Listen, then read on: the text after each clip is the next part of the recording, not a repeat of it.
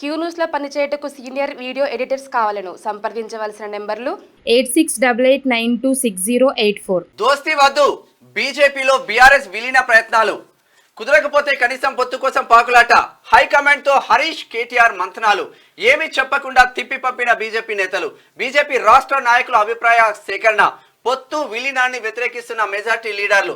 కాంగ్రెస్ కు ప్రత్యామ్నాయం మనమే, కష్టపడితే అధికారంలోకి రావచ్చని ధీమా 100% ఉంటది. వీళ్ళతో పొత్తు పెట్టుకుంటే దోస్తొద్దు అనవసరంగా ఆగమైన పార్టీ అది. తర్వాత అది అంత లంగలంగ కథలన్నీ పడ్డరు వాళ్ళు, కాబట్టి మనకు నష్టం జరుగుతుంది. అందుకని మనం సొంతంగా వెళ్ళినా కానీ బీజేపీ అంటే అంతో ఇంతో మంచి గౌరవం ఉన్నది.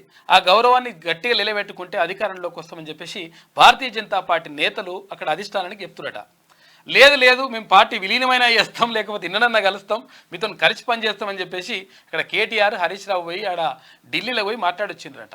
మాట్లాడొస్తే రాష్ట్రంలో ఉన్నటువంటి భారతీయ జనతా పార్టీ నేతలు ఎట్టి పరిస్థితుల్లో వద్దు, ఇటువంటిది వద్దురా నాయన, ఆ కంపదీసి మనం ఎందుకు పెట్టుకుందాము, ఇక గాలికి పోయేది మనము.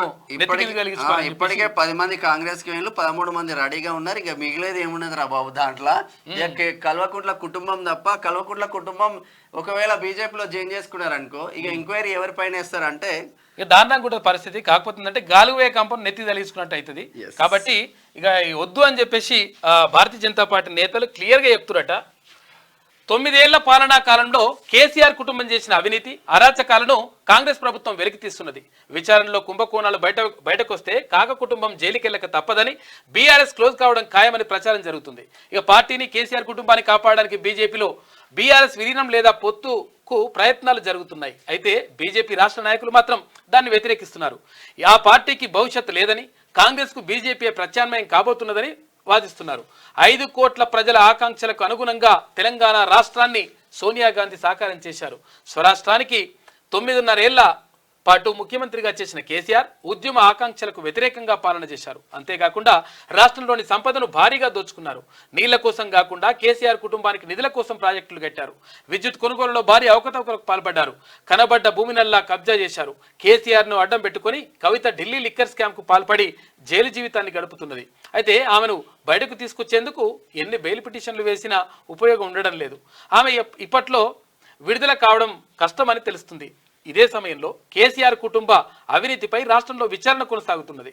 విద్యుత్ కొనుగోలులో విచారణ ఆపాలని కేసీఆర్ చేసిన ప్రయత్నాలు విఫలమైపోయినాయి. ఈ నేపథ్యంలోనే త్వరలోనే ఆయన అవినీతి బయటకు వస్తుందని, అప్పుడు ఆయన జైలుకు పోవడం ఖాయమని ప్రచారం జరుగుతుంది. అంతేకాకుండా ఫోన్ ట్యాపింగ్ కేసులో కేసీఆర్తో పాటు కేటీఆర్ ఇరుక్కునే అవకాశాలు కనిపిస్తున్నాయి. ఇప్పటికే కవిత జైల్లో ఉండగా అవినీతి కేసులో కేసీఆర్ కేటీఆర్ అరెస్ట్ అయితే ఇక బీఆర్ఎస్కు భవిష్యత్తు ఉండదనేది బహిరంగ రహస్యమే. అయితే కవిత బయటకు రావాలన్నా, కేసీఆర్ కేటీఆర్ అరెస్ట్ కావద్దన్నా బీజేపీకి దగ్గర కావడమే మార్గమని కేసీఆర్ భావిస్తుండట.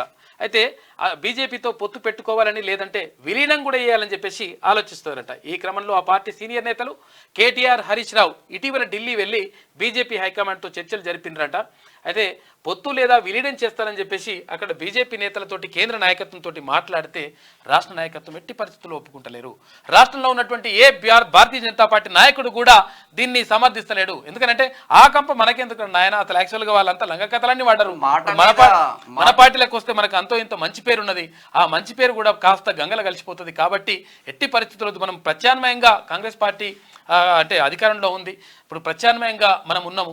కాబట్టి మనము సొంతంగా వెళ్తేనే మనకు ఓట్లు పడతాయి తప్ప వాళ్ళని కంపదించుకుని మనం తలించుకుంటే మాత్రం అన్యాయమే జరుగుతుంది, నష్టమే జరుగుతుంది అని చెప్పేసి మరి కాక మాట మీద ఉండడు కదా. ఇప్పుడు నిజంగానే తెలంగాణ రాష్ట్రం వస్తే 100% అందరు కుటుంబం మొత్తం పోయి సోనియా గాంధీతో ఫోటో దిగి పార్టీని విలీనం చేస్తా అని చెప్పిన కేసీఆర్ ఆ మాట వినే లేడా. ఇక భారతీయ జనతా ఆయన మాట మీద ఉండడు, మాట పక్కకు ఉంటాడు.